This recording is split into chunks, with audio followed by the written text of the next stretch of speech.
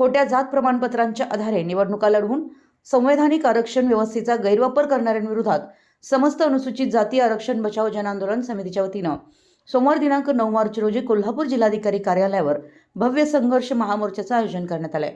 याची माहिती समितीच्या पदाधिकाऱ्यांनी दिली।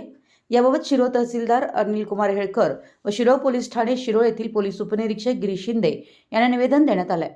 गेली अनेक वर्ष भारतरत्न डॉक्टर बाबासाहेब आंबेडकर यांनी दिलेल्या आरक्षण व्यवस्थेची पायमल्ली होत असल्याचा आरोप निवेदनात करण्यात आलाय।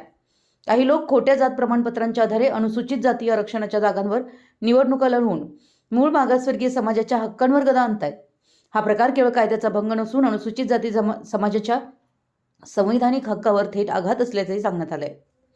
खोट्या जात प्रमाणपत्रांच्या आधारे पद मिळवणाऱ्यांची जात प्रमाणपत्र तत्काळ रद्द करावीत, संबंधितांची पदं बरखास्त करावीत व दोषींवर कठोर कारवाई करावी। तसेच शिरोळ तालुक्यात अशा प्रकारचे बोगस दाखले देण्यात येऊ नयेत अशी मागणी यावेळी करण्यात आली आहे। या मागण्यांसाठी आयोजित करण्यात आलेल्या संघर्ष महामोर्चात शिरोळ तालुक्यातील बौद्ध, मातंग, चर्मकार, खाटीक, वाल्मिकी, बुरुड आदी समाजातील बांधव मोठ्या संख्येने सहभागी होणार असल्याचं सांगण्यात आले।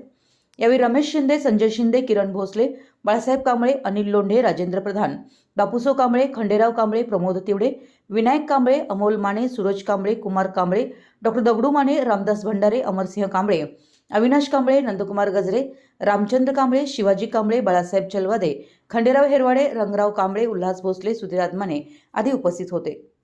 मराठी एस न्यूजसाठी शिरोळहून दिलीप कोळी।